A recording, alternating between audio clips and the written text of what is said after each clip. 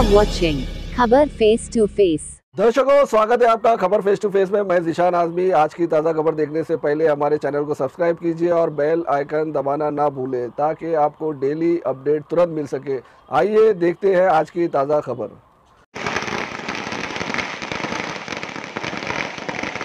बाला साहेब ठाकरे की स्मृति में सरकारी नौकरी की तैयारी हेतु गोरेगांव में नया प्रशिक्षण केंद्र शुरू हो चुका है।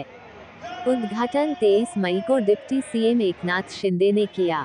हिंदू हृदय सम्राट और शिवसेना प्रमुख स्वर्गीय बाला साहेब ठाकरे की स्मृति में तथा युवाओं को सरकारी नौकरी की भर्ती के लिए मार्गदर्शन देने के उद्देश्य से धर्मवीर आनंद दिघे सरकारी नौकरी प्रशिक्षण केंद्र का उद्घाटन गोरेगांव पश्चिम मुंबई में किया गया। यह विशेष उद्घाटन समारोह शुक्रवार 23 मई 2025 को शाम 6 बजे संपन्न हुआ। इस कार्यक्रम के मुख्य अतिथि महाराष्ट्र राज्य के उप मुख्यमंत्री और शिवसेना के प्रमुख नेता माननीय एकनाथ शिंदे रहे, जिन्होंने केंद्र का उद्घाटन किया और उपस्थित जनसमूह को संबोधित किया। कार्यक्रम का आयोजन अण्णाभाऊ साठे क्रीडा संकुल, अण्णाभाऊ साठे मैदान, भगत सिंह नगर क्रमांक 1, लिंक रोड, गोरेगांव पश्चिम, मुंबई में किया गया था। इस मौके पर शिवसेना के कई शाखा प्रमुख, गणमान्य व्यक्ति और बड़ी संख्या में नागरिक मौजूद रहे। इस आयोजन की सफलता में संजय निरुपम सहित कई वरिष्ठ नेताओं ने महत्वपूर्ण भूमिका निभाई। महाराष्ट्र उप मुख्यमंत्री एकनाथ शिंदे का पूरा भाषण सुनने के लिए खबर फेस टू फेस का लाइव वीडियो देख सकते हैं।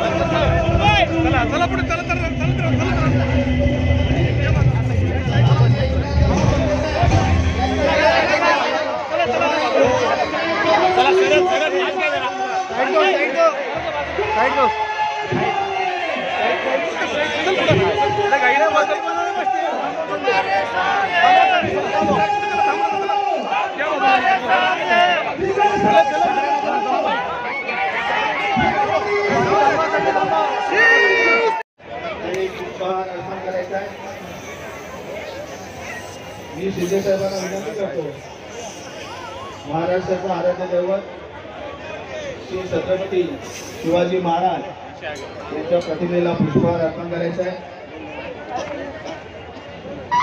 त्याप्रमाणे छत्रपती शिवाजी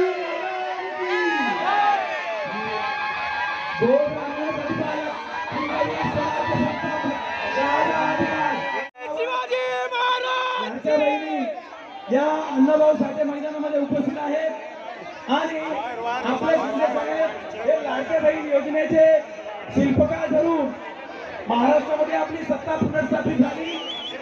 सर्वप्रथम मी संजय निरुपम साहेब यांना विनंती करतो की आज आपल्या कार्यक्रमाचे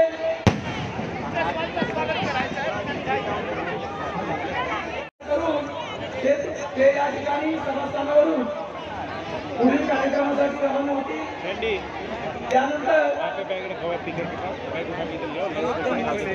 निरुपम साहेब हे आपल्याला आजच्या कार्यक्रमाचा प्रस्तावित करतील।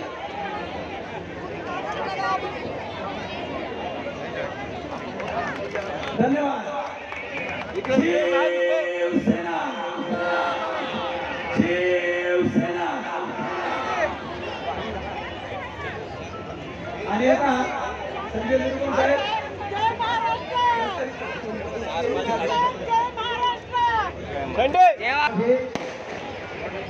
अशी एक जोरदार सभामध्ये मुख्य वक्ता म्हणून उपस्थित शिवसेनेचे मुख्य नेते, महाराष्ट्राचे माजी मुख्यमंत्री आणि महाराष्ट्राचे उपमुख्यमंत्री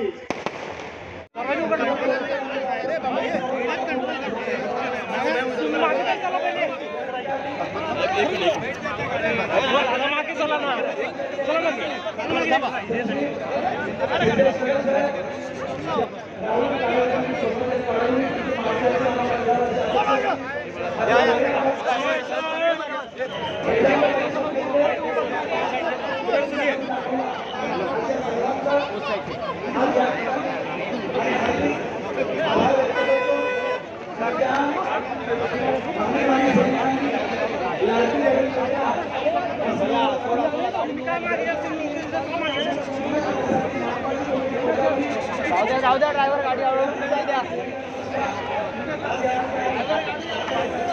आपण